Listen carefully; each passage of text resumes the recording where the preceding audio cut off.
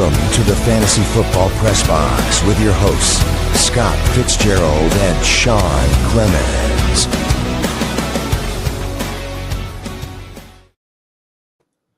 What is up, everybody? Welcome to the Fantasy Football Press Box, Christmas edition. That's right. Rudolph is here for you guys today, along with my good buddy, first time on the show, our friend, Tattooed Tortoise. How are you today, my friend Trevor? Merry Christmas, and I hope you had a happy Thanksgiving. Yeah, what's going on, Sean? Merry Christmas. Should have wore like a bald cap or something and dressed up as Scott. Yeah, right? I mean, we get you like a bald cap, like no hair, give you that alopecia look. He would probably like that too, a little nod to him. So you guys know Scotty will be back next week. He's actually at a Christmas party with another one of our good friends right now, and they're doing it up for Christmas. So we thought we'd join them with our ugly sweaters and, our brewed off hats and just have ourselves a good time here on the show today. How you doing, Cyborg? Good to have you, my friend. I'm always glad that you're here. Especially when you get to start out with us right out the gate, because you get to go live the whole time, and we love it. We got a lot to talk about, man. We had a lot of crazy stuff happen in the NFL today. This week. It was such a long week. We got all the way from Thursday. We had multiple games on Thursday, game on Fridays, game on Sunday, sprinkle in some college on Saturdays, of course. And, it was just a really long, fun weekend across the board. What stands out to you the most right now before we start getting into anything crazy, man? What was the biggest thing for you? What had the most impact on your fantasy week, Trevor? Let's start there. Who was it? Was it Amon-Ra? What was it that had the most impact on your fantasy week this week? Well, yeah, the Amon-Ra thing hurts. I took a 0 with him in a couple leagues. I got knocked out the guillotine because of him. And then I think Odunze got me like 2 points. So that really hurt. It's like 2 zeros. But how about them Cowboys? That Thursday game was pretty fun time to start the week off. So that was always fun. Cyborg, man, always coming in with his Cowboys love. He loves his Texas squads, man. Hey, more power to you too, brother. You got to root for them hometown teams, dude. And this week, man, both your teams they did good. You got it's your week to pop your chest out, man, and peacock away because you deserve it. You too, Trevor. Your Cowboys, finally. They came out and showed up, man. I'm always happy to see the Chiefs lose. So even if it's your Cowboys, I'm okay with that. Finally looking like a real football team. So it's exciting, right? You think they got a shot, man? You really think they can climb out of the hole that they dug themselves in to start the season? Kind of look like a different ball team right now. So Eagles lost 2 in a row, and looks like we got 17% chance. So, anything can happen right now, this late in the season. 17% chance? Well, yeah, it can happen. Yeah. They're not counting us out yet. So, hey, man, growing up a Bills fan, brother, I always clung on to any percent chance that I had. So I get it, dude. Your season's not over until it's 100% over. Yeah, I didn't have big hopes this season anyway. So it's just nice to see a real football team out there. So, yeah, it's tough, man. You got to say meddlesome owner like you do right now. We went through that too. It's definitely something that is hard to, kind of work past as a football team. It seems like it's always going to be that hurdle that's just in the way consistently, and there's nothing you're ever going to be able to do about it. I just ordered a shirt today. It says Jerry makes me drink. So can't wait for that to come in. That's awesome. That is awesome. What's up, Keenan Dolik? How you doing? I hope I said that correctly.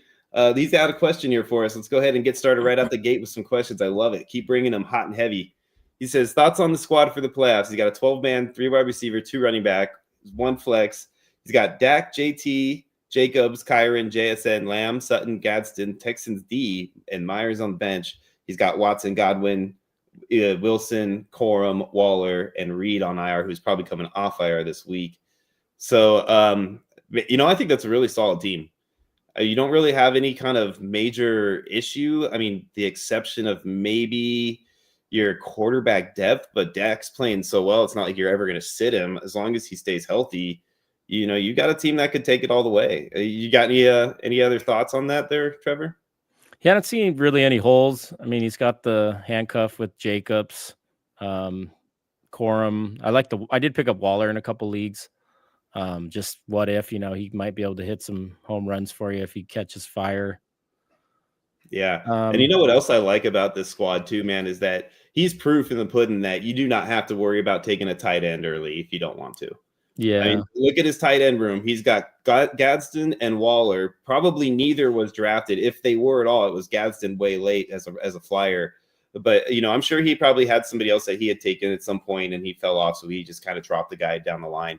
But to have Gadsden and Waller and say that you're going into playoffs and not have the tight end position be an issue for you with those two players, I think is a really good testament to what you can do with the tight end position being the way it is today.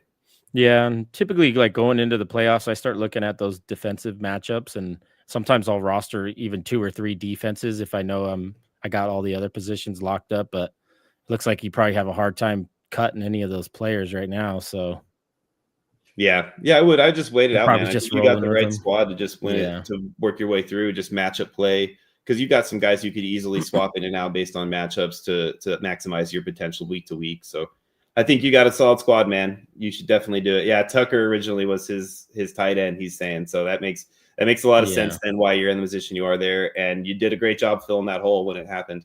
So good for you on every aspect of that squad. So, yeah, man, let's roll right into our first down here, huh? And get started on some news and notes that are hot off the press. First and foremost, man, let's talk a little Amon-Ra. Really hurt to see him go down. Scott had a lot of guys. Like, I think that might be part of the reason he's not here this week, other than the Christmas party he's attending. But this one hurt him. This one hurt him bad, and I'm sure he's not the only person. They're saying it's a low ankle sprain. They're saying there's potential he's playing this week. What do you think about that? First and foremost, do you think he plays? And if so, are you confident in starting if you kind of have to? But are you confident in doing it? I mean, you got to start your studs like this late in the season. If he's on the field, you're going to put him in your lineup.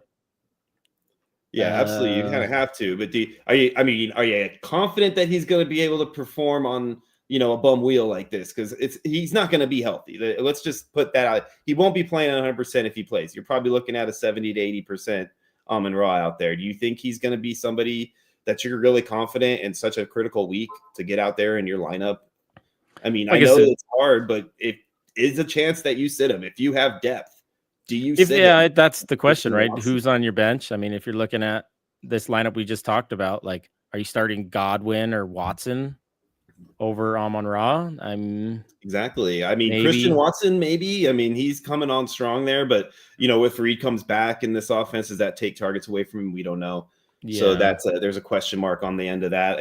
There's going to be a question mark on pretty much anybody when you're talking your flex roles, but I mean, man, it's tough to sit him. It just is. And even if he's out there, it's hard, man. What's going to go on with JMO too? Like, after this huge performance, like, is he more in the game plan now? Are they scheming him more routes now with because he's shown he can do it several times, but. Yeah, exactly. I mean, it's definitely a situation there to keep an eye on. I definitely would be concerned about Amon-Ra if he does play. I almost prefer he doesn't. I almost prefer, if I have him on my team, I'd rather just know that I could sit him and not have to worry that he's not playing and he's going to come back healthy next week and won't re-injure his ankle at all. And then just make my way through this week, because even though it is a critical week, it's not 100% playoffs yet. So, if I had to sit him, or if he's going to be anywhere around that like decoy status, then I don't even want to take the chance. I just want to put him on the bench and not have to worry. So I prefer he just doesn't play and stays healthy for the following week. What's up, Derek? How you doing, man? We got Derek7795 here in the comments too. He's got another league team he wants to talk about here. This is the PPR 6-man league. Ooh, 6-man league, man, those are fun. He's got Terry McLaurin, Egbuka, Ted McMillan, Pittman, Garrett Wilson, Diggs, and BTJ. He said, would you like to trade someone or draft capital for George Pickens or Drake London for playoffs? Or would you look to trade someone or draft capital for Pickens or London for playoffs? I would definitely try to get Pickens on my team if I had the opportunity. So that would be one for sure there. I think that you could easily do that with some of the position depth that you have there to somebody who's maybe out of the playoffs and wants to look at the following year. Somebody like BTJ wouldn't be a bad person to look at, but you want to make sure you don't lose value on these players at the same time. So I think Pickens would be my target as far as points this season.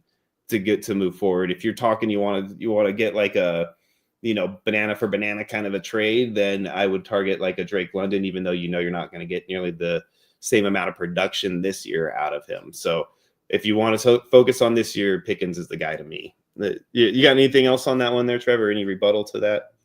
Yeah, the whole London injury thing makes me a little worried, and I guess it just depends on what you're trying to do with this team. Like, I guess Terry's older, coming off a decent game. Maybe someone would buy in, and there's re-injury risk there. Yeah,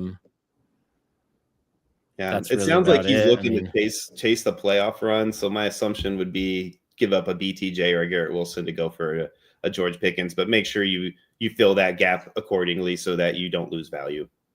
Yeah, it's just the stock for BTJ is so low right now. And I mean, almost the same with Garrett Wilson. I feel like you'd be taking a loss by trying to sell him right now.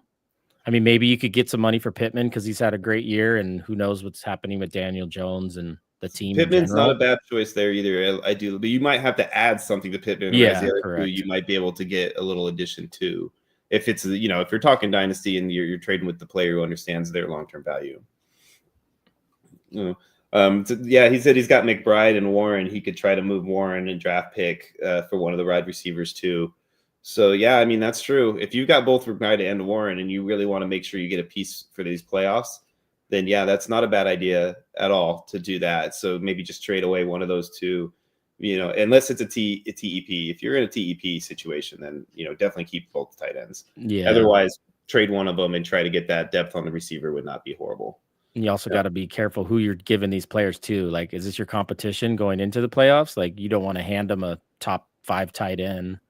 Exactly. Yeah, exactly. Make sure you're trading with the right person, the one that's like eliminated from the playoffs or, is for sure in like that rebuild mode status and not trying to be a competitor of yours at any point in time. And if you need a win here or win there, make sure they're not one of your future opponents before the season ends. Make sure they're not, you're playing them next week before your playoffs or this week or something like that. Make sure they're not an opponent.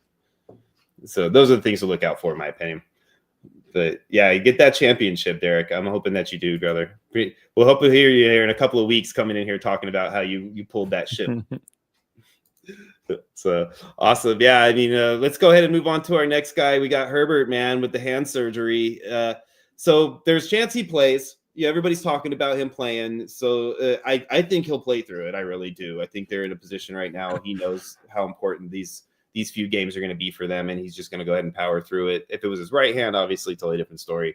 But being at his left hand, might see a lot of shotgun out of him from now on and some pistol action. Who knows? But yeah, I think he'll be just fine to continue to play and move forward. Do you think there's any concern about him, with Aaron Rodgers style situation where he plays half of the game, gets knocked over, and then now he's out on the sideline? You just got me laughing. I just keep seeing that meme in my head that was Justin Herbert beat the Raiders with one arm or whatever, one arm tied behind his back or something. It was just funny. I don't know. I guess his hand did look all like just mannequin like he couldn't even move any of his fingers, and he's just like got this like stiff hand out there. Yeah, we'll see if they just decide to run the ball more and try to keep him from taking any unnecessary damage. But I'm probably throwing him out there. I don't know if you have a lot of better options on the week. I mean, who would be on the waivers, like Trevor Lawrence maybe? Yeah, I mean, I think I don't think it's as much about that as far as waivers. I think at this point in time, if you need to go on the waivers to get your replacement for Herbert, then you're in bad shape anyways. Yeah. I would think that at this point in time, it's more about, is he going to make it through the game? And if he does play, is he going to affect the rest of that team and their fantasy value? Guys like QJ, Ladd, even Vidal, like they all require Herbert to be at least a competent player out there in order for them to be successful. So that's what concerns me more than anything else. But I don't think it'll happen with him. I think he'll be fine. He's a tough kid. I think he's going to go out there and tough it out. As long as he doesn't take like that specific hit that just like lands somehow wrong on his hand or does something like that, I think he'll be all right. Yeah. So we got a little MHJ news here. I guess now that after his appendicitis blew up, now his heel is having a problem. So I mean, what are you thinking, man? I mean, this guy has just been like, nobody wants him to be a bust. We all like him. We all want him to be good, but he just keeps on having issues like this over and over again. And it just seems like, I mean, luck of the draw here. This is just that. This is just that, bad offense, whatever. Kyler throwing the ball. It's always just something. It's like this guy just can't get a break almost, right? Like, do you think that at this point you're worried about him in the long term, dynasty value wise, everything? Are you worried about him to the level that, you're considering like moving him for a lower value? My only concern would be the quarterback. Like, how long is Kyler going to be there? I do like that Michael Wilson's finally showing up. I've been drafting him the last few years and not getting nothing out of him. But, I mean, the team looks better. I mean, the defense looks better. They finally can run the ball. I mean, Trey McBride, I mean, it seems like this guy wouldn't have a lot of extra pressure on him. They're not, like, doubling him. He's not, like, blowing the doors off people. And like you said, he just keeps getting injured. So he still carries the name value. I don't know if I'm ready to sell him just quite yet, but yeah, I'm in the same boat, man. I can't get rid of him yet. Number one, I got him. The teams I've got him in, I either invested a high draft pick to get him, or I traded a decent amount to get him. So I'm not trying to, give up on that investment at this point in time. It's still too early for all that, in my opinion. I do think the talent is there. I think the situation is bad. I would love to see him go to a good team next year in a really awesome type of offseason trade or something. I don't think it'll happen, but it would be amazing. Whatever they do at quarterback is really going to make a difference in that offense. I think that maybe the coach is going to be out too, along with Kyler, and they might just start a whole new restart over there and use MHJ as their one like foundational piece to build around. That could be the case. I don't know. But if they don't, and they do decide to just go on for a full rebuild, I would love for him to go somewhere else where he could be utilized properly, because I just think that they're not doing it there. And the kid's too talented. He's still got so many years left in the league. I really don't want it to be a situation that doesn't allow him an opportunity to thrive. He needs to have a chance so we know whether or not this guy can be the player we thought he could be. So we'll see what happens with this heel. I hope he plays. If he does, I think he's another guy that you're so scared to start. I don't know what you do with him. Maybe this week you wait and see. I don't know. It depends on your position, I guess, where you're at in your playoffs race. But yeah, he's been, let's say, disappointment would be kind of an understatement, I feel like, at this point. Yeah, and the whole injury thing, it's like you're injury prone until you're not, and then nobody ever thinks about it again. So yeah, CMC was injury prone, and then he wasn't, and then he was again, and then he wasn't. Barkley was injury prone, and then he wasn't. It's like it happens, it seems like that happens to a lot of players. So we'll see what happens with him and his situation specifically. Higgins is another one that we're still kind of up in the air on. He's still in concussion protocol as of last time I checked. I don't know for sure if that's going to change before the game. If he doesn't play, I mean, obviously it's wheels up for Jamar Chase, because he's got Burrow throwing the ball again. But man, Higgins is another guy that long-term future, I really like him a lot. I just feel like he's another guy who's constantly running into that same situation we just talked about with MHJ. So do you think he comes back this week? Do you think he makes it through by the game time, or do you think they're playing without him? I don't know. I don't really see like a big reason for him to come back. I mean, you're still getting paid. They're 4-8. So they're not really playing for a playoff spot. They're only anymore. 2 games out of their division or lead. I mean, Baltimore and Pittsburgh are both 6-6. So it's not like they're out of the race yet. And now that Burrow's back, they definitely do feel like they have a shot at it. So if he can play, I think he will play. I just don't know if they're going to clear him from the concussion protocol or not in time. So that's what's concerning me more than anything. But I definitely do think that if he does come back, I think you got to play him. I think that game could turn into one of the better games of the season with Burrow and Allen both in that game, and the way those defenses have been playing. I think they're gonna both come out needing a win and playing like they're, what's on fire. So it'll be a fun one. Definitely watch that game if you get a chance. I know I will be. Yeah, I could see that, I guess. But yeah, I mean, they still have Pittsburgh there as well, so it's not like what do they got it rated here, like 2% chance to even make the playoffs? So I don't know. I mean, I guess a chance is a chance. But yeah. Hey, I mean, as long as they stay close in the race with those 2 teams, neither Pittsburgh nor Baltimore is on fire. So I think they could easily, if they can put together a winning streak, there's a chance the other 2 teams easily have a losing streak. And I'd like to see those numbers too. I'm like, what is the percentage of people that actually clear these concussion protocols? And like, what is the timeline? Is it a week or 2 weeks? I know as like they've been doing these slowly after the last few years, like how has the process changed and like what's the analytics behind how many people actually clear in time? Be interesting to know. I would say that it's such a hard study to make because there's so much variance between player and concussion histories and things like that play so much into it that it's hard to have like a generalization of it. I would say Yeah. that, if you had an average, you could put that together just based on what the data says. You'd probably be in that 2-week range, I would assume. But Yeah, because I think it's minimum 1 week, right? Like can't remember if anyone's cleared it in a week. there's been guys that have gotten a concussion and played the following week. So I have seen that before, if I'm not mistaken. I mean, I could be misinterpreting it, but I do feel like I've seen it happen, maybe like on a Thursday game, for example, and then they come back and play the following Sunday. But, that would be, I think it's like a 5-day period or 5-step period or step process for them to get through the concussion protocol. So, that's all something, I guess it just depends on the player and how long each step takes. I think they have one step that requires like a next day. Like they have to like wait. They could go through like step 1 or 2 or something, but it has to be like 24 hours after the game or something before they can start like that next step. There's something about it. I don't know the whole scope, but that's definitely something to look into because I think for him, his concussion happened. And then if I'm not mistaken, that was Thursday night that it happened, right? So he's had the extra time on this. Yeah. To try to get to the next week. So this is that exact scenario we just went through. Derek did have a follow-up, and he said something that I want to make sure I touch on because it does relate to the previous discussion we had about his question. He says that the George Pickens owner is still in the playoffs. London guy is not. So yeah, definitely target. Those are good teams to go after based on that scenario.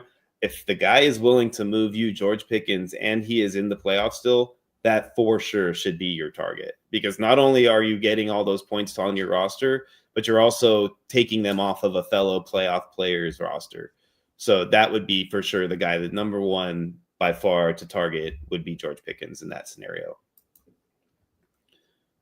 So what's he got here? We got another question from Derek. Man, keep him coming, Derek. I'm loving this. He says he's got his running back room is CMC, Janty, Quinshon Judkins, Kyron Williams, Rico Dowdle. Kyron and Dowdle are scaring him. He wants to go into the playoffs, but their backups getting more touches. He says, is he overreacting to that? I don't think you're overreacting at all. Yeah. The fact that they're getting touches is absolutely scary, and it should be. So I would definitely not say you're overreacting by any means. If you're that concerned about it, because Janty hasn't been a world beater either, I would probably look to package one of the or two of the three if you can to find like a stud guy and some future talent, or maybe two, like a stud and like a good like flex guy potentially to help add to your bench or something like that if you can.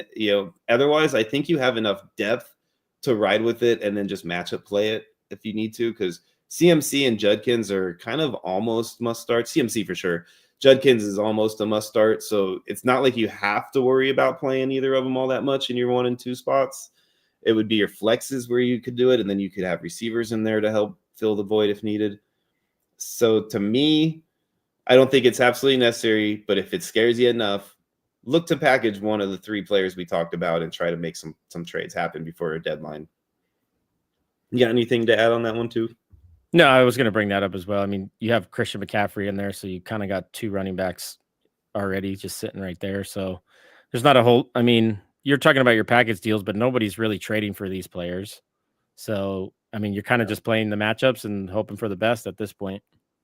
It's true. I mean, if you're in a redraft, absolutely. I mean, of course, we're pretty much done in that scenario. I'm thinking when you're talking dynasty, people will see value in players potentially that are having a hard time at this point in the season. So just don't give up those players because of their low value. Make sure that you're still getting a decent return. If you're trying to make a playoff push, always expect to give up a little value. You should want to give up a little bit of value to make it enticing because you want that trade to happen more than the other guy. So make sure you allow that, kind of give them a little bit. It's like giving them an extra side when you own a restaurant. So they'll come back for another one later. They want to do stuff like that. That's how you look at it with these trades. Yeah, and we never know what's going to happen with these backup running backs next season anyway. I mean, look at Dowdle. Everyone thought he was the man, and look where we are now. So Yeah, I mean, Dowdle was a stud there for 3 weeks, and then now he's an afterthought. And what happened last week with the way that Chuba Hubbard played? I mean, Hubbard might be right back to RB1 in that offense now, and we're just back to where we started the season at. So if Chuba Hubbard's out there, you might want to look at snagging him. I don't know. It's going to be crazy backfield to kind of decide between. And so anytime Derek too, please could come in with the questions. He's saying thank you, and we have more than welcome to do that anytime you want. So feel free to keep them coming. Second down, we're going to roll right into second down here, guys, with He Went Off and talk about some of the guys that had amazing weeks this week.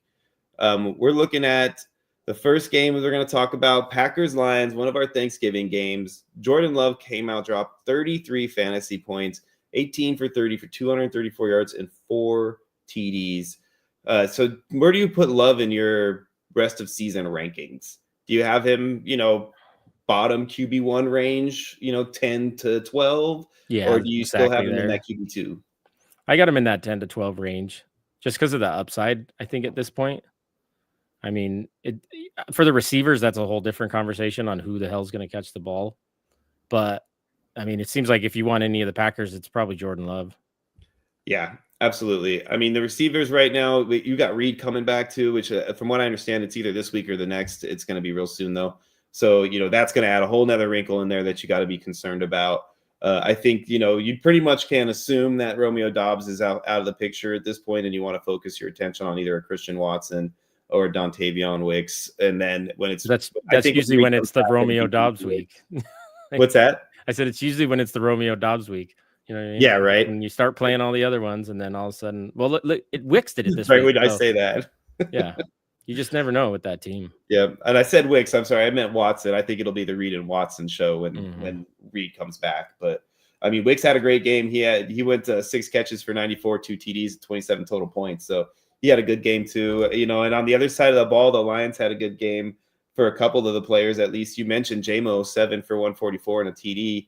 And then Goff, he was 20 of 26 for 256, 2 TDs. And he even ran for 24 yards, which is pretty funny for Goff. So, he scored 24 total points. It was a decent scoring game for some of the fantasy players in that game. And overall, for general, I mean, Thanksgiving did provide some good fantasy scoring outputs for us to start the week out. So a lot of teams really kind of put their foot down early this week, fantasy wise. I mean, well, I was in a particular situation where I benched J-Mo because he put up a goose egg last week, and I just couldn't afford to fucking take another 0. And then of course Amon-Ra gets hurt, and then he's the only one left. So I was kind of like, what is it? Double stabbed or something? Like, yeah. No, I know what you mean. It hurt me on both sides because I lost Amon-Ra, I got 0 there, and then I had him on the bench just hanging out on different leagues, obviously. But yeah, it was terrible. No, I understand what you mean. It definitely was a rough one. And he's been that guy all season, though. Do I play him? And I've been in the same boat. I've been on the off week. You're supposed to play him this week, and I sit him. And then the next week I play him, and I'm supposed to sit him. And I've just been off on it, too. So he's been killing me just as much as you this year. Next one up on our games to talk about, man, we're going to go into a game that surprised everybody. The Rams losing to the Panthers 31-28. Bryce Young came out there, another guy we just talked about. We never know what's the game to start him in. This is not the one we thought. And then here he is scoring 28 fantasy points, went 15 of 20 for 206 yards, which is not a lot, but he didn't need to do a lot because he scored 3 TDs with that, carried the ball 5 times for 23 yards, just enough to make sure they won the game. And, I definitely think that this team is on the rise. I really surprised to say that, to be honest. I really didn't expect that from them this year. I thought that they were going to be one of those teams that had to just kind of, try it for a few years and then reset again because they didn't get the right quarterback and coach and so on. But maybe they did. Maybe it just took a little longer to get there. I don't know. I mean, Bryce is looking decent enough to keep going with and at least give him another, bite at the apple next year when you can get a few more players around him. But other than that, though, the coaching staff, the situation at hand, they're definitely playing good. So I think they're headed in the right direction that way. If Bryce doesn't become that guy, I think this is the type of team that really, really, really should be looking at trading up after, a year or two if he doesn't turn out to be that guy and really go for the gold on it and just get that 3 first-round picks for the second overall type thing or something and just take that stud. because they got everything else in place, and it's not easy to do all that. So don't waste all that on a Bryce Young if he's not your man, a la like a Trevor Lawrence situation. You move on and get that guy. Yeah. So, but I think Bryce has done enough to show you that he deserves at least the rest of this and next season to see if he develops farther. Well, you know how much football is like such a mental game, and if he starts getting these wins, that boosts his confidence, and it's a different ball game when you feel like you're unstoppable, behind center. Yeah, no, absolutely. It's he's definitely got that confidence going now, and I'm happy to see it too, because everybody says great things about him as a person, and I always like to see good people be successful. So I'm glad to see that it's turning around for him. We got Keenan Daholic in here with another question. Let's see what he wants here. He said, would you try to avoid playing the highest scoring person in round 1 of the playoffs? A second highest scoring. His best players are Dart, Javonte, Jan T. Pickens, Bowers, and J-Mo. I mean, I'm assuming that means that you could maybe throw a game or something to avoid having to play him next week, or you could do something like that. I'm not sure what you're trying to get at with the question. If that's the case, I'm never for anything like that. I always say you got to try to win as many games as you possibly can and get wherever you can and find out what happens. But I mean, you've got some good players. Javonte, I think, is a solid player this year. J&T hasn't really done great, but Pickens has been good for you. Bowers is coming on. J-Mo we just talked about. So, yeah, I mean, I'd say take on the best, man. Go for it. Don't be scared of nobody out there. I mean, let the chips fall where they lie, right? Yeah, I mean, it's all going to come down to the matchups anyway. You're going to have to beat everybody in the playoffs if you want to take it down. So I would maybe look at who they're playing against, and a lot of those guys on his squad, it seems like, are kind of boom or bust right now. So it just depends which week are you going to get. Exactly. You might just be in a position of like what do they used to call it back in the day? Like they hit it hard and hope, kind of scenario. Like that's kind of, I think, where you're at right now. He says big bucks are on the line for first. Yeah. So, I mean, I don't, like Sean said, right, like I never condone like trying to lose or to work on the seeding, but you got to do what you got to do in order to take it down. So yeah, the matchups make a difference, man. He might have the best players, but if they're all playing horrible matchups that week, he might be the better challenge, and then that's when you want to see him. If you don't play him this week and he wins and you move on next week and then his matchups are way better and now you're in a worse spot, you'd have rather played him the week before. So those are things to keep an eye on for sure, but it's hard to say that you could just like throw a game too, because in my opinion, no matter what, you got to at least have a starting roster. You can't purposely play people that are not going to score. So you never know for sure. At this point, you shouldn't have anybody on your bench that's going to score you guaranteed under 5 points. So you might try to lose that game and then still end up winning it. It happens. Exactly. And then who knows what happens with the total points, and you just hope you know what you're doing. Yep. All right, man. Next game, we're going to talk about the Jets beating the Falcons 27-24. Bijan, though, he killed it in this game for 30 fantasy points. He had 23 carries for 142 yards and a TD, 5 catches for 51 yards. So is Bijan your one, or is Gibbs your one going into next season? Where are you at? So this is the question me and Scott had last week, and I want your opinion on it. I don't know. It might be Christian McCaffrey. I mean, I don't hate it. I don't. I mean, you got. It's hard not to say CD or Jamar has a chance to be in that conversation. I mean, most likely Bijan though. He's too good. He's all by himself. And I don't know, man. Tyler Algier is snagging a lot of those, and he actually looks like he does better with the goal line carries. Not only is he taking them, but he looks like he's doing better with them. So he's going to keep getting them. I don't think they're going to let him leave. I think they're going to be able to afford to keep him around there, and he's going to end up being a thorn in that side for a long time. So, I mean, David Montgomery, at least he's older, at least probably going to get phased out at some point soon. So, I mean, I think, man, right now, if you twisted my arm and we had to, and we're looking at draft season next year and it starts tomorrow and I have a big draft coming up, I think I go Gibbs, man. I think I go Gibbs. it's tough, man, but I think I do it. Yeah, I don't think you go wrong with any of them. Yeah, well, of course not. I mean, they're 1-2. You better not go wrong, or your season's over before it began. All right. So next game, let's talk about this next one though, because this is one that it went into OT. We did ourselves a fun little montage. You guys haven't checked it out yet. Please go check out our montage short. It was a lot of fun, and I love doing the montage ones. Are just a lot of fun for me because I get to sit there and watch the game and talk about the plays. It's a blast. So go check that out if you can. This one was a 27-26 victory for the Broncos over the Commanders in overtime. Commanders, looked like they could have tied it up and went, and tried to play for the tie, but they don't do that in Washington. Dan Quinn doesn't play for ties. He went for 2, ended up not getting it. Game was over. But Mariota had a game, man. I mean, he threw the ball 50 times, only completed like 52% of them, 28 of them for 294 yards. But he got 2 TDs and 10 carries for 55 yards on top of that. So he still got a respectable 26 fantasy points. Is it just me, or do you think that Mariota did a better job in that offense than Jaden Daniels was before he got hurt? I don't know. This was a wild game in general. I mean, there's, all the stuff about, covering the spread and a lot of questionable play calls and weird penalties. And I mean, if you were to watch one football game, this game had everything you could have wanted. Yeah, this was definitely one for the ages when it comes to that. I mean, it had every controversy you could have in it. It was like a Sopranos season. Yeah. So, yeah, it was definitely a worthwhile one to watch. But, I mean, I definitely do think that offense it looked a little bit cleaner under Mariota. I wouldn't say that that's because Jaden was having any kind of a major problem prior to that, or he's a bad, worse player by any means. I think Jaden is a great quarterback and will be for a long time.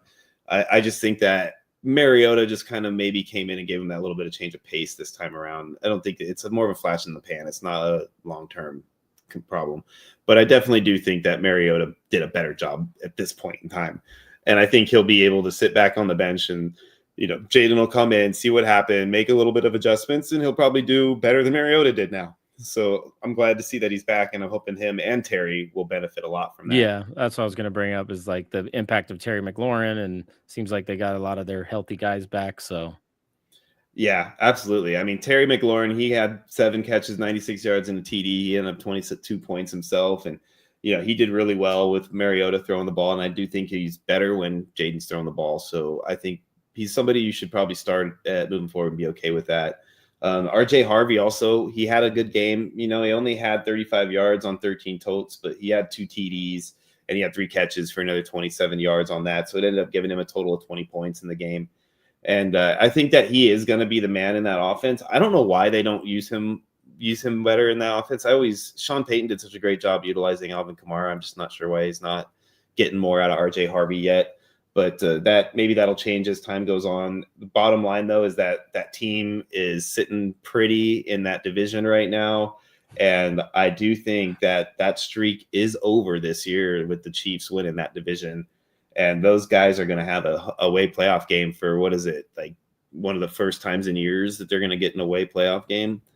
So I'm excited to see how these playoffs are going to play out, having this situation what it is. What do you think, man? Do you got anything else to add on them Broncos at all before we move on to the next one?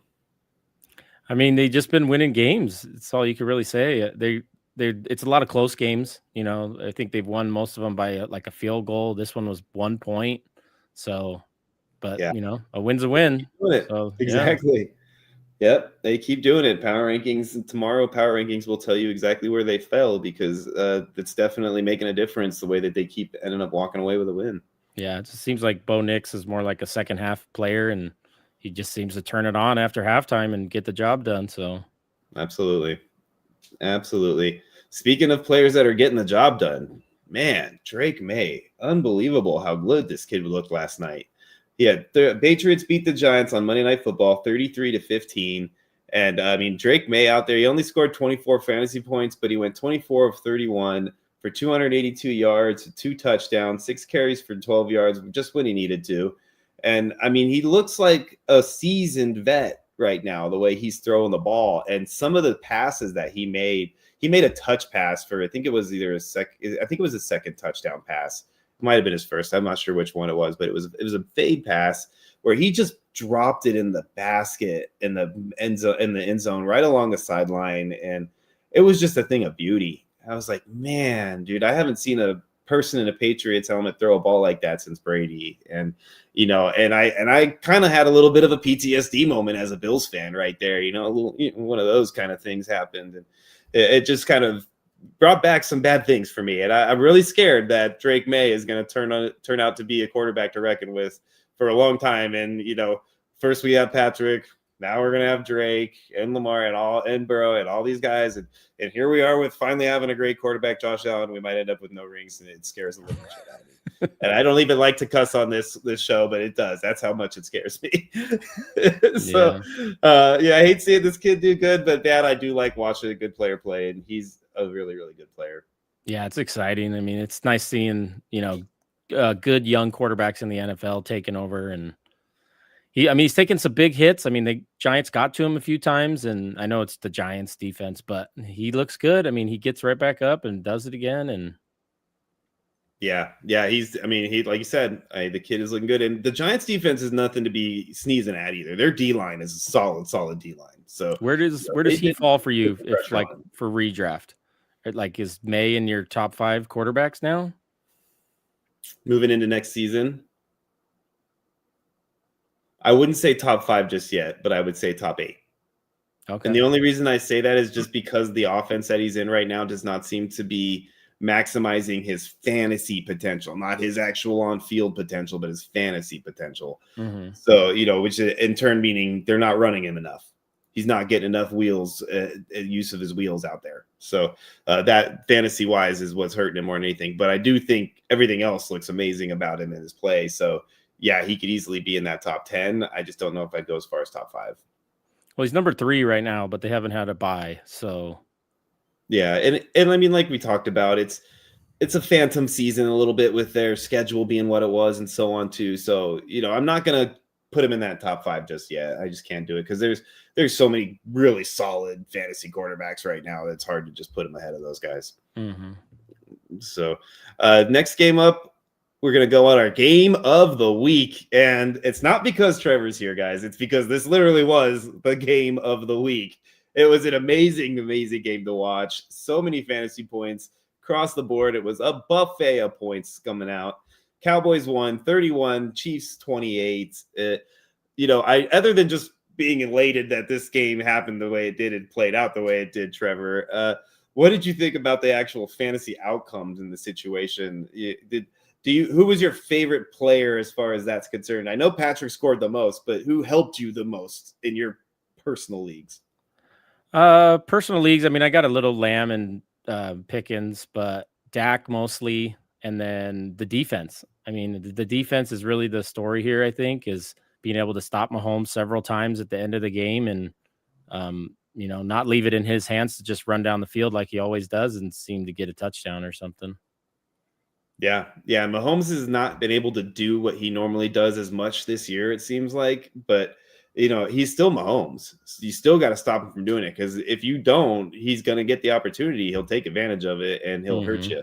So the fact that they did not allow that to happen, especially towards the end there when they kind of looked like they were going to do Chiefs things. Yeah. The Cowboys defense stepped up and said, not today, not in my house. We want that turducken, baby. And, then they sat there and they mowed on it for the next 45 minutes. So good for them.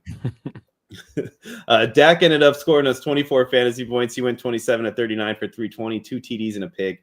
And then CeeDee Lamb, this is weird that we had this back-to-back happen where 2 players had the exact same fantasy points to the number of 24 points, 7 catches for 112 yards and a TD. Patrick Mahomes, 37 points for 23 of 34 for 261 and 4 TDs, 3 carries for 30 yards, 37 points from him, man. Do you think Patrick going forward is a top 5 quarterback for the rest of the year for you?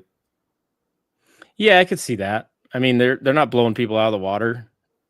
So they have to throw the ball just to keep up. And that's what we've wanted from him forever. So, yep. And the running game's not working for them. So that's it. And that was what I was just about to say is the key right there is the running game is just not working at all this year. So they have no choice but to be throwing the ball like crazy. And that man right there, Rashee Rice, wearing number 4, is also making a huge difference as far as that's concerned. He got 29 fantasy points, 8 catches, 92, and 2 TDs. But you can tell when he's on the field and the way that things are happening out there that Mahomes is like that's his best friend out there, man. It's like he's out there with his My Buddy doll, and they're just playing a good old fun game in the backyard because his whole demeanor is different when Rice is on the field. Yeah, so I really do think that moving forward, both those two players are going to be top 5 of their position for the rest of the season. Yeah, and if you have either one of the two and riding into the playoffs with them, good job. We might look really well. We might look back at this season and see that Rashee Rice was probably the best value in the draft.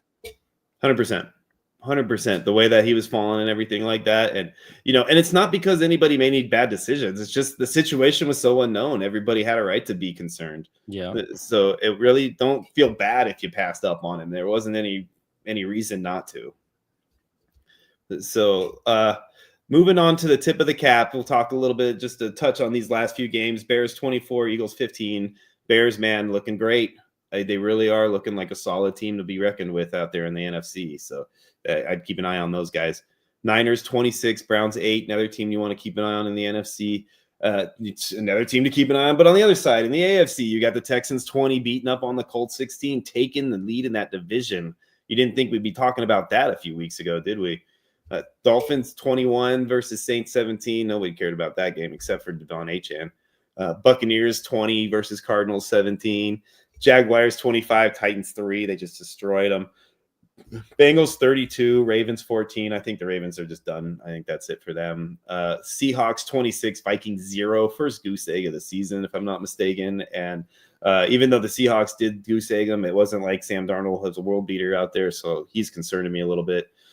Chargers dominated the Raiders, like you said earlier, Justin Herbert with one hand, beating up on the Raiders 31-14. And then the final game on the list, my Bills, beating up on the Steelers 26-7, and finally getting off that snide and out of the timeout. I do not today because of the Christmas, but I am wearing Bills gear again, guys, just so you know. They're out of timeout, and they're back on my good graces for at least another few days until we play our next game against the Bengals.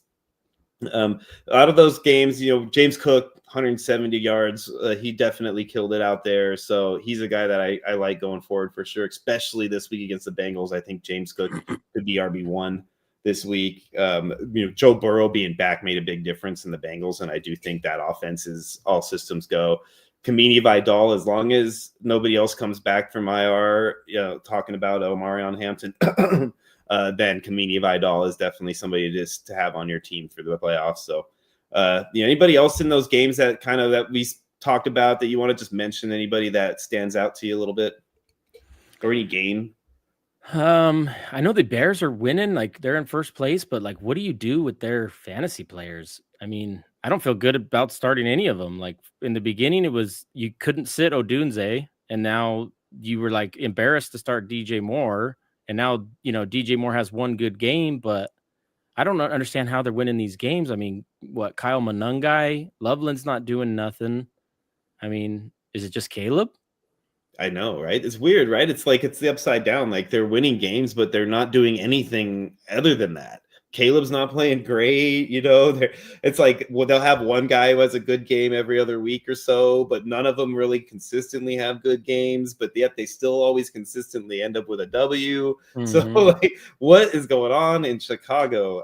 But like you said, man, they're just gritty. I don't know what it is, but they're just gritty right now, and they're doing it despite some of these other issues that are occurring, like inconsistent play and so on. So, yeah, man, I'm with you 100%, though. It's such a crazy season. It's, there's a reason Stranger Things season 5 came out, man, because, like, it is upside down in the world today. We got Patriots at the top of the league, Broncos above, and they're top of their division. All these teams that people thought were almost going to be nobody to even worry about. Jaguars, I mean, what's going on? Colts, like, this is just unbelievable. So, yeah, it's been fun, though. I'm not complaining by any means. It's been fun. They get Green Bay this week, so we'll see how they do. Yep, absolutely. So let's move on into our third down. Oh, that's supposed to say third down, guys. Sorry about that. It says fourth down, but we're going to be third. We're going to call it third down, even though it says fourth down. So, and this is a new thing that we're going to try here. This is our first time kicking this off. It's going to require a little bit of back and forth and some behind the scenes work on my end. That's live behind the scenes work. So bear with us, and we'll hope it turns out as well as we anticipate. Otherwise, it'll just be fun for you guys to watch how it goes, because it's going to be fun either way. What we're going to do, guys, is me and Trevor are going to pick teams just like the Schoolyard. Him, me, until we clear out the 12 players that we have. We're filling 6 Superflex spots, and we're going to pick out of 12 players, and we're going to see what happens. And then next week, we're going to go ahead and throw up a little short for you guys to kind of break it down and let you guys know how it all turns out. But this is going to be a little fun for us because, we're going to do this. There's a couple of guys on this list purposely that are not guys that you're going to want on your fantasy team. I mean, come on. We all had that, right? When we were kids, those couple guys, the little brother that tags along that nobody wants on his team. Yeah, we got a couple of those guys in this lineup. So just be ready. We're going to be stuck with one or two of them, and we'll see how it turns out. I'm excited because I think it's probably going to end up being me, but that's always how it works in these little pick'em games. Trevor, I'm going to go ahead, since you are the guest, I'm going to give you the coveted first pick. All right. So you're going to start us off. I'm going to run us through the 12 players, and then you're going to get your first pick to add to your squad in our Schoolyard game. All right. Here's our players, guys. We've got Josh Allen versus the Bengals, Dak Prescott versus the Lions, Bo Nix versus Raiders, CJ Stroud versus Chiefs, JSN versus Falcons, Jonathan Taylor versus Jags, Trey McBride versus Rams, Ashton Janty versus the Broncos, Terry McLaurin versus Vikings, and Blake Corum versus Cardinals, and DJ Moore versus Packers. And the final guy on the list, the little brother who didn't stay home, Keon Coleman. That's right, Keon Coleman versus the Bengals. So, Trevor, first pick. I know you're not taking Keon. I'm going to go ahead and just take a wild stab in the dark that Keon is not going to be your first pick. So out of all these massive amounts of studs on the top of this list, who is your guy? I'm taking JT. Wow, you're going JT with your first pick, huh? Yeah. Why are you taking Jonathan Taylor over any of the quarterbacks? Because there's 4 of them. And there's only, how many running backs we got? 2, 3 running backs? Super flex positions, so it really doesn't matter. Well, Jonathan Taylor's outscoring all these quarterbacks right now. I mean, that is true. I can't argue that. Jonathan Taylor is definitely outscoring all the Jags, so he could put up 40. That's true. I mean, he's definitely got a good matchup. I'm not hating on it. I think that, okay, it's your call. You do what you do, right? Yep. But all right. So since you went ahead and went that route, you did not what I expected you to do. And I did not think I'd be able to get my guy. So, I'm taking my guy, Josh Allen versus the Bengals. I mean, this is probably like the best matchup you could ask for from the best quarterback you could have. And the fact that you left him for me as my second pick, I'm like, hey, geez, I feel like you just gave me an early Christmas present. So Josh Allen off the board, Jonathan Taylor off the board. Your pick 2. Who's your guy, man? Are you finally going with the quarterback now, or are you going to go with another position player? Yeah, I'm going to gamble. I'm going to go JSN. Oh, he's going JSN. He takes my pick. This was my guy, man. Oh, you took my guy. All right, it's okay, though. It's all right. JSN.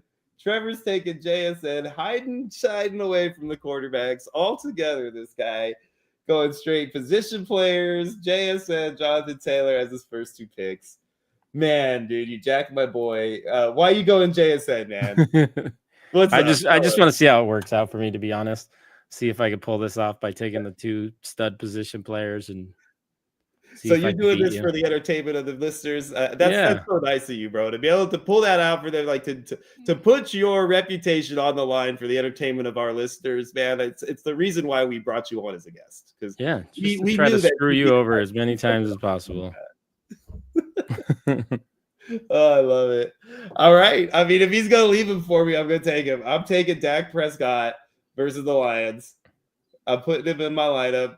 He's gonna be my. So I've got Josh Allen and Dak Prescott in 2 of my 6 super flex spots, and feeling like I'm the superstar so far.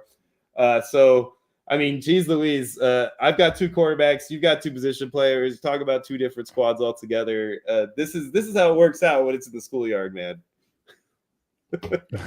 You got Dak Prescott playing receiver for you.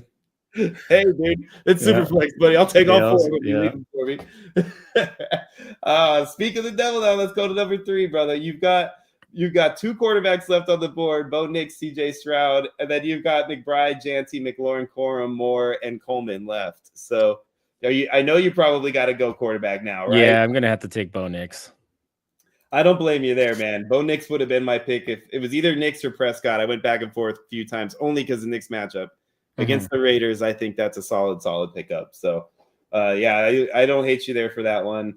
I don't think I'm going to take CJ Stroud as my 4th pick or my 3rd pick here. I think that I'm going to go ahead and work my way over, and I'm going to take the top tight end, Trey McBride, because I do think out of everybody left position-wise, he is the best player on the board.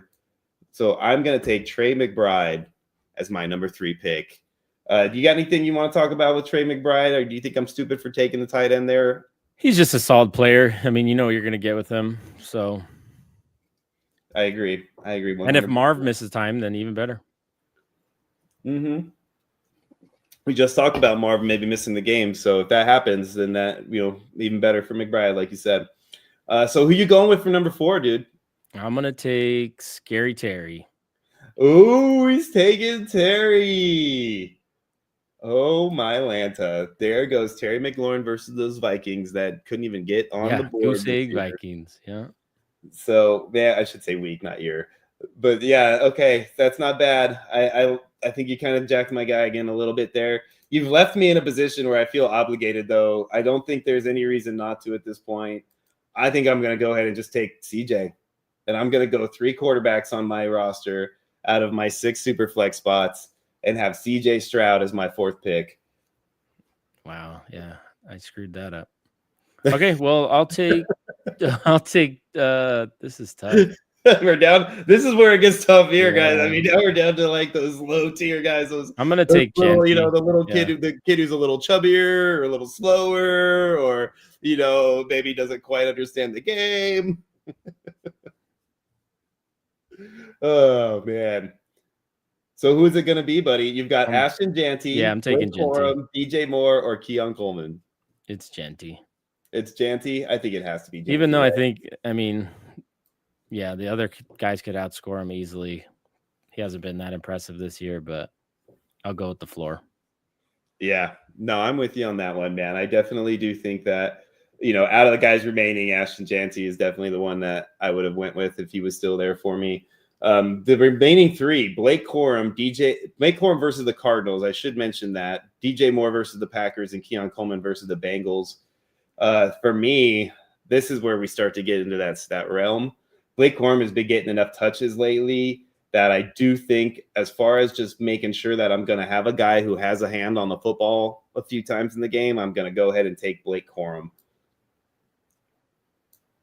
And now that leaves you with the really difficult decision of DJ Moore or Keon Coleman. Well, I'll tell you what, I'm going to do you a favor and I'm going to let you get the stack. So I'll take DJ Moore. That's actually not doing me a favor. You're giving me the little brother, but that's okay because, you gave me all those quarterbacks. I guess I'll take the little brother. Yeah. So he's going to get on my roster. So Keon Coleman is my final guy. And, we're going to jump back over to this other screen while I get this set up for you. What do you think of your team overall? I mean, do you think that you got the better of the 2 teams, or do you think that your team is going to be in the unfortunate loser spot? It just depends on if your quarterbacks show up, I guess. If they were in the teens, then I probably got a shot at winning it. But if you guys are 20, 30 points for each of those, then it's probably over.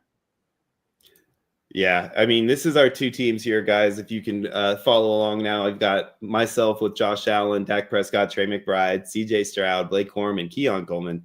Trevor has Jonathan Taylor, Jackson Smith and Jigba, Bo Nix, Terry McLaurin, Ashton Janty, and DJ Moore. So he is quarterback free, except, no, you have Bo Nix. I'm Ryan. What am I talking about? So I think you got a good team, dude. I do. I mean, I don't hate on it.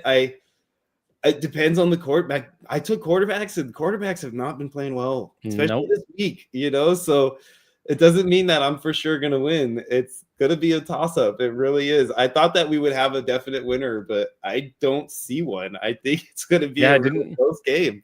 I didn't really expect to wait on quarterback, but I kind of like the way that my team ended up. Yeah, I hope you do. You took two players that I was for sure going to snag. So, when you took JSN, that one really got me. I thought for sure you were going to get at least one quarterback, and I'd get one of the two. Well, I would have if you would have left me Dak, but yeah. Yeah, if I'd have left Dak for you, you would have. Well, yeah, but then I would have had to have taken JSN there first. And that wouldn't have been the way to go. I had to take Dak. Oh man, that was a lot of fun. So I hope you guys are excited to look forward to that short that's coming, because me and Trevor really are. I'm going to put these two together. We're going to score it just standard PPR, quarterback passing, 4-point touchdowns. And we're going to see how it plays out next week. We'll go ahead and put a little short together for you guys. So yeah, that was definitely a lot of fun, dude. I had a good time with that. And in general, man, I had a lot of great time with you on the show, man. We did really good things on the show today. Really appreciate you coming on and filling in for Scott, who's probably 3 sheets to the wind at this point at his Christmas party. Did you have a great time here, man? You think you're going to come back again, or did we scare you off? Oh, no, it's always a good time just hanging out, talking football with you. I mean, we do this all day off camera, so. Yeah, absolutely. And, I do. And just so you guys know, behind the scenes, I'm constantly putting the bug in Trevor's ear to do a show with me. So we might try to get something on the books for next season where me and Trevor do like a weekly gig or something, just to have a chance to talk with you guys, because we do enjoy this. And as you can tell, me and Trevor like to go back and forth and have a lot of fun, especially when we get into heated discussions, we'll call them. Those are always our favorite. Yeah, he's very opinionated. Yeah, absolutely. Both of us are, which makes for a lot of fun. So if you guys haven't already, please go hit that like and subscribe button. We could really use your help with that. The more the merrier. As soon as our games kick off in 2026, you guys are going to want to be able to catch wind of all the news, because these are going to be a lot of fun. There's going to be a lot of money out there for you guys, that is bonus pots that are available, cheap buy-ins for big payouts. So you guys definitely should be tuning in, liking and subscribing, checking out all our shorts and everything we post on a daily basis. On behalf of myself, Sean Trader Clem, my good buddy, Tattooed Tortoise, my friend Trevor, and our co-host who's not here today, Scott Fitzgerald, and everyone at Sudden Death Fantasy Sports, thank you so much, and have a merry, merry, merry Christmas.